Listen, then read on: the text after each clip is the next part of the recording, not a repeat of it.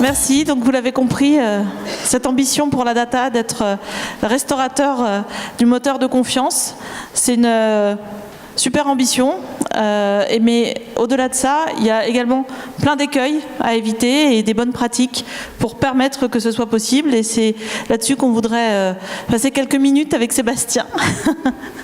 Alors tout d'abord, de façon très opérationnelle et concrète, parce qu'on parle beaucoup de data. De quelle data est-ce qu'on parle? La data dont on va parler ce matin, c'est de la donnée individuelle, la donnée des consommateurs, de nous, de vous, la donnée des individus.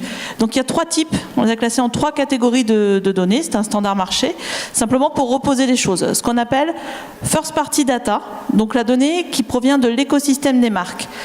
Des programmes CRM, sites web, applications mobiles, la donnée de vente, la donnée transactionnelle. Tout ça, c'est ce qu'on va appeler first party data, dont les marques sont légitimement, si on reparle de légitimité, sont légitimement propriétaires et ont une légitimité pour la collecter. Ensuite, la seconde partie data.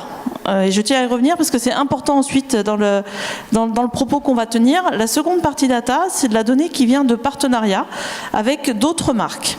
Donc c'est de la donnée first party d'une autre marque avec laquelle une marque, alors on va dire donner first party d'une marque B avec laquelle une marque A a un intérêt pour monter ce partenariat parce que ça va être sur des cibles potentiellement identiques, sur un secteur potentiellement identique, bien sûr non concurrent, sinon c'est un petit peu compliqué d'échanger sa donnée, mais bon après tout pourquoi pas si les marques sont d'accord. Et puis le troisième type de données, c'est de la donnée tierce party. Donc là c'est de la donnée qui vient directement de data provider, qui va permettre de compléter sa donnée avec des centres d'intérêt complémentaires qu'une marque ne peut pas forcément avoir dans son écosystème propriétaire. Donc les trois types de données sont concernés différemment, on va dire, par les sujets de collecte d'actualité en ce moment. J'enchaîne. Tu enchaînes. Merci. Ces trois types de données, sans rentrer dans le détail, quand on parle de collecte de données sur ces trois types-là, on est dans un univers assez... comment je clique? Non? C'est le vert. C'est le vert? Ok. Dans un univers qui est sous contrainte, assez ambivalent et des fois contradictoire. On a une promesse, m'embêtez pas sur la définition du zettabyte, mais il y a une promesse qui est que la collecte de données va être de plus en plus massive. Et le volume de données à disposition va croître énormément. Et dans le même temps, il y a le législateur qui pose un certain nombre de contraintes sur cette collecte.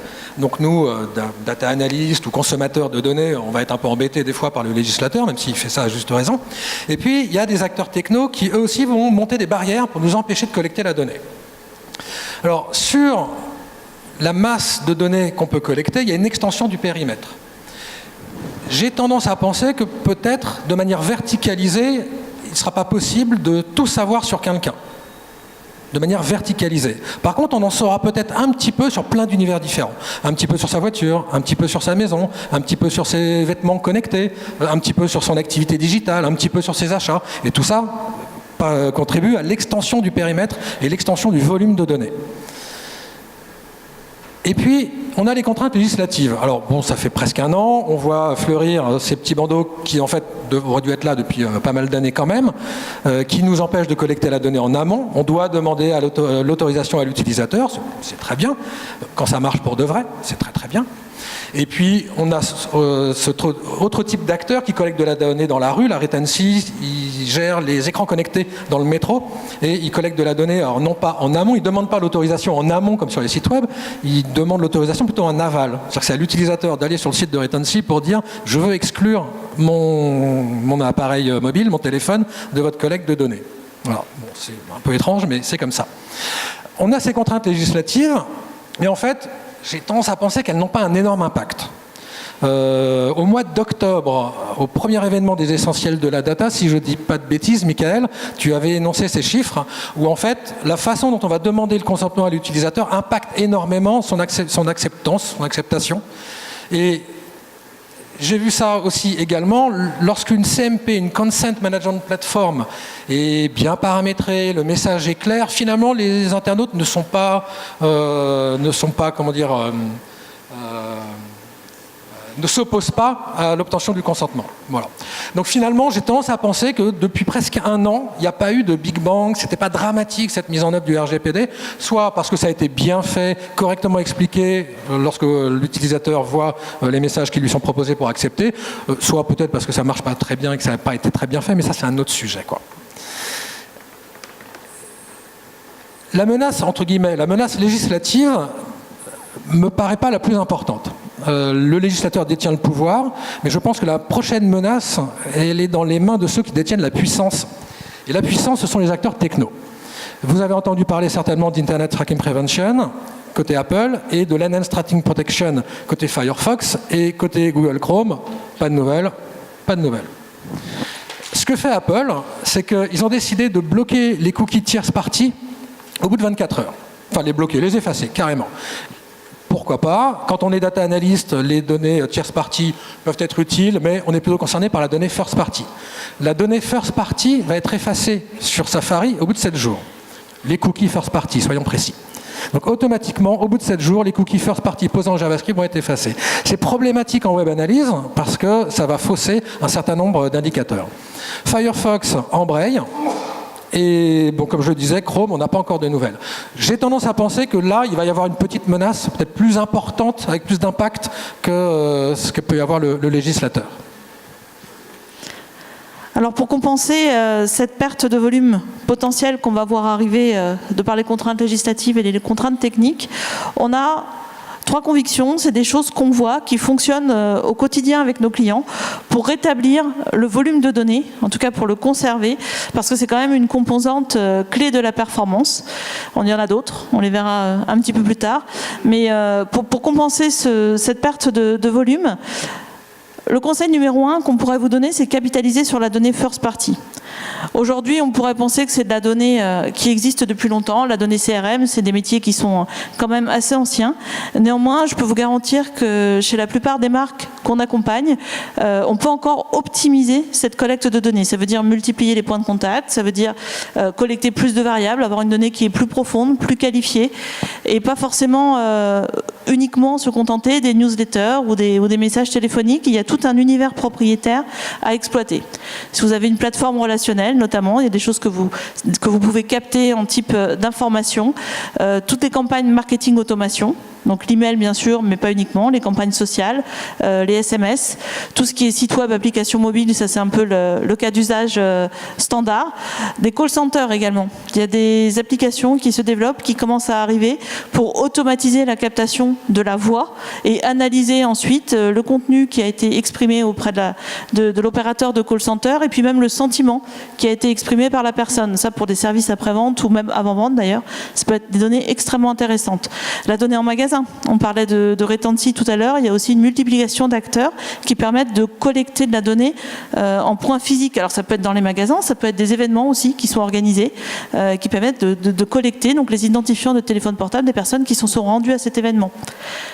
De plus en plus d'entreprises disposent également de data lake. Donc là, ça veut dire qu'il y a déjà une captation, une centralisation de la donnée. Donc très bien, il faut vérifier que cette captation est la plus exhaustive possible. Et puis derrière, il faut travailler la donnée. Mettre en place des algorithmes de scoring, des algorithmes de... Voilà, là j'ai mis score de fragilité, affinité produit, etc. Mais également rajouter de la valeur à la donnée qu'on aura collectée. Et puis bien sûr, la base de données CRM et puis les résultats des campagnes. Donc ça, c'est pour l'exploitation de la donnée first party, où on est convaincu qu'il y a encore pas mal de chantiers permettant d'optimiser cette donnée. Et puis, il y a un phénomène qu'on voit. Alors, on en parle depuis longtemps, on le voit apparaître depuis moins longtemps.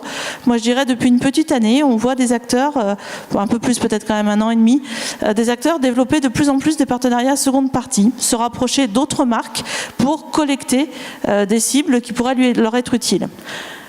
Il n'y a pas forcément toujours de monétisation derrière, parce que c'est pas évident de placer une valeur derrière cette donnée. C'est encore des sujets qui sont récents, mais néanmoins, il y a des programmes d'échange de données entre annonceurs, entre marques.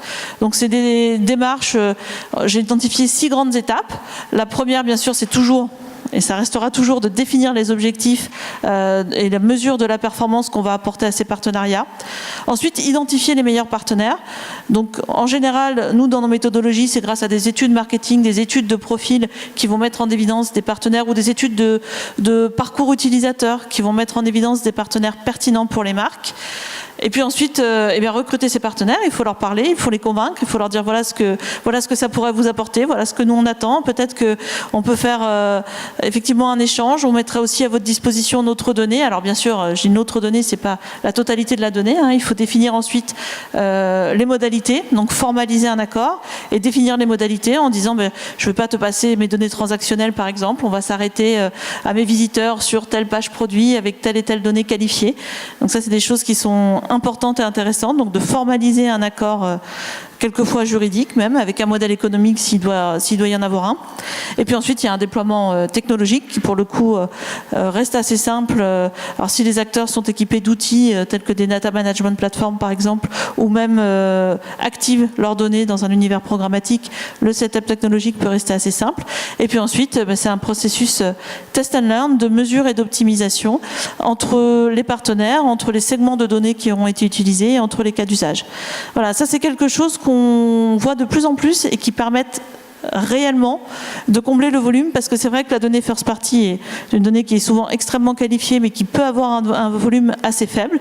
La donnée third party était moins qualifiée en général mais avec un volume beaucoup plus conséquent, donc c'était des données qui étaient très complémentaires. Aujourd'hui, c'est vrai que l'offre de données third party se craquelle un peu à cause des contraintes que Sébastien a expliquées, et la donnée seconde partie pour moi est vraiment un axe de travail, peut être une solution très intéressante, mais ce n'est qu'un axe de travail. On a une troisième conviction, si j'arrive à la passer, voilà. Oui, on parle de volume de données. Il y a des contraintes sur le volume de données, on peut faire des partenariats pour obtenir un volume de données supérieur, et il y a une promesse de collecte qui est énorme. Ça parle de volume de données, mais un projet data, c'est pas qu'un enjeu de volume. Il y a évidemment la vitesse de collecte, si la vitesse de collecte est pertinente, la véracité des données, sont-elles fiables pour ce que j'ai besoin de faire, et quelle est la valeur réelle de cette donnée. Donc, l'enjeu essentiel, c'est la finalité de la collecte. Pourquoi je vais collecter cette donnée? Et quand on va mettre en œuvre une collecte technique sur une page web, sur une application mobile ou sur un écran connecté dans le métro, là c'est la mise en œuvre réelle, technique, de la finalité de la collecte de données. Répondre à la question pourquoi on collecte cette donnée, pourquoi on est légitime pour le faire, qu'est-ce qu'on va apporter comme valeur à l'utilisateur pour le faire, comment l'utilisateur va accepter de nous donner cette donnée, qu'est-ce qu'on met en échange. Il faut expliquer que ça va améliorer l'expérience, améliorer le service, améliorer le produit, que sais-je. C'est comment on va faire en sorte de justifier cette collecte de données. Et la finalité, c'est la finalité aussi de l'entreprise au regard de la data. Donc le sujet de la collecte, qui est vraiment en bout de chaîne, la partie technique, en fait, reflète la finalité pour l'entreprise de travailler sur de la data. Et la réponse à la question « pourquoi ?», elle est véritablement essentielle. Pourquoi on fait ça? Pourquoi on collecte cette donnée? Celle-là précisément. Pourquoi on la demande à l'utilisateur? Quelle valeur l'utilisateur va avoir en donnant cette donnée? Qu'est-ce qu'on offre en échange? Et ça, cette question est essentielle. La pire des réponses qu'on peut apporter, c'est parce qu'on peut le faire. Bah ouais, c'est vrai, on peut à peu près tout faire, quoi. Il y a toujours des outils pour tout, mais c'est pas une raison. C'est pas une raison. Remettre la finalité, l'enjeu au cœur de la collecte est essentiel, et il y aura forcément l'outil qui va bien pour le faire. Alors comment est-ce qu'on remet cette finalité et l'objectif en amont du tunnel de décision, on va dire, avant de partir sur une solution technologique? Eh bien, on le fait en définissant des cas d'usage. Alors, on a lancé une étude il y a une petite année maintenant chez iProspect, en partenariat avec les Échos, auprès de 600 décideurs sur le marché français dans les métiers du marketing. Et quand on demande à ces décideurs qu'est-ce que vous attendez de votre stratégie data, pourquoi est-ce que vous souhaitez utiliser votre donnée, on a 3 cas d'usage. 3 grandes catégories de cas d'usage qui se détachent. La première, et ça c'est le cas, c'est une étude qu'on fait tous les ans, c'était le cas aussi l'année d'avant, c'est améliorer la connaissance client. Parce qu'on se rend compte que la plupart des marques ont des études marketing, connaissent leurs clients plus ou moins bien, n'ont pas toujours d'ailleurs un canal de distribution qui leur permet d'être en relation directe avec leurs clients, et que entre connaître ses clients, avoir une idée des cibles théoriques et puis savoir comment les toucher après sur l'univers digital, il y a un pas. Donc il y a une connaissance client à améliorer et c'est la première attente des marques aujourd'hui sur le marché français. Ensuite, bien sûr, optimiser les points de contact avec ses clients et ses prospects, puisque ça permet de rétablir ce dont parlait Pierre, cette relation de confiance avec plus de pertinence, plus de crédibilité, parce qu'on va mieux toucher ces points de contact avec des informations qui sont pertinentes pour eux.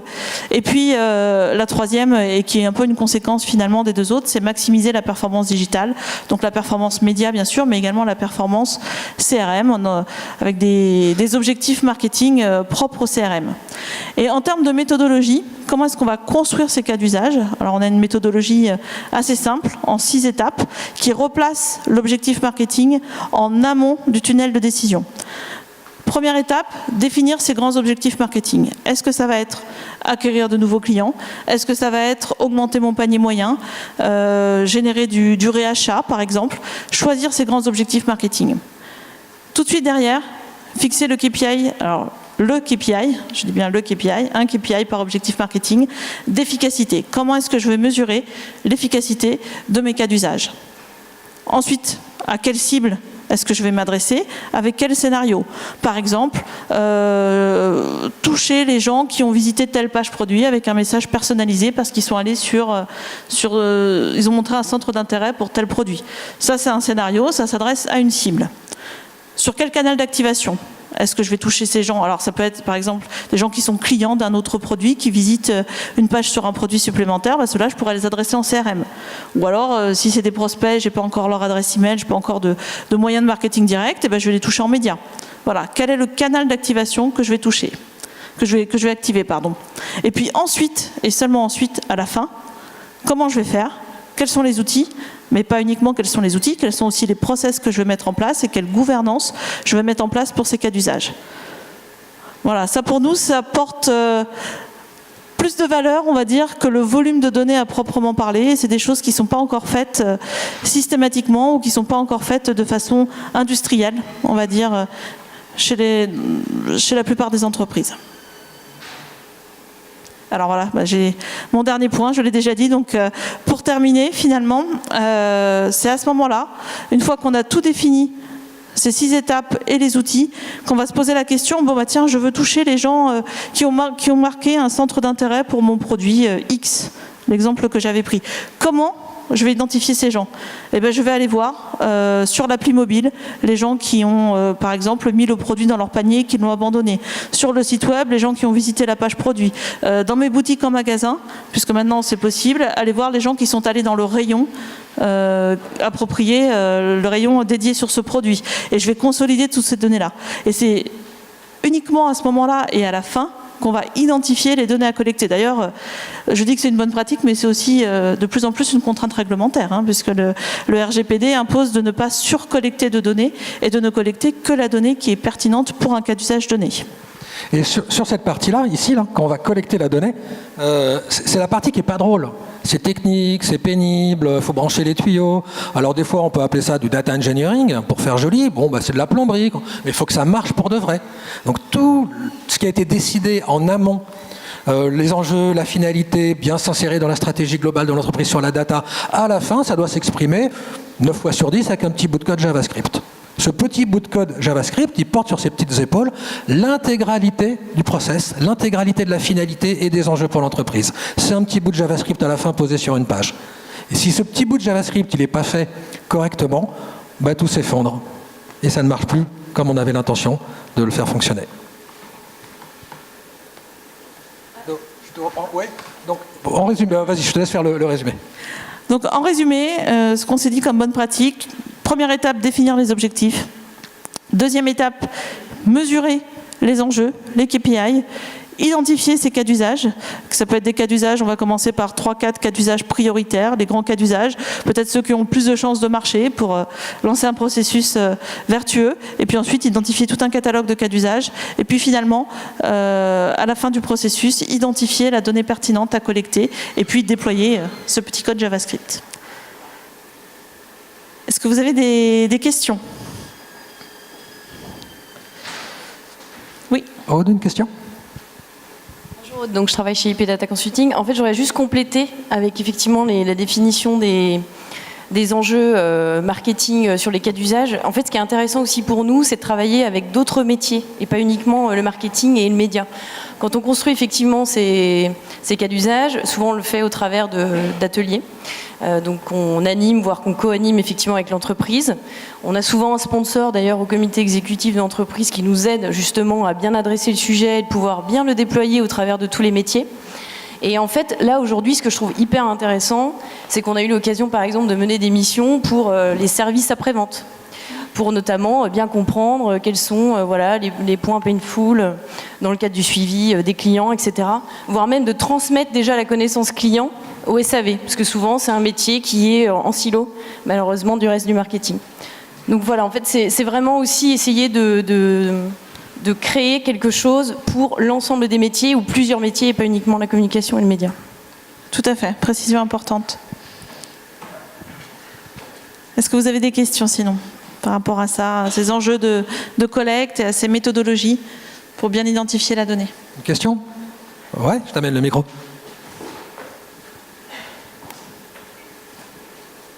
Merci. Bonjour Sébastien, bonjour Karine, Vincent Roy, Société Tidium.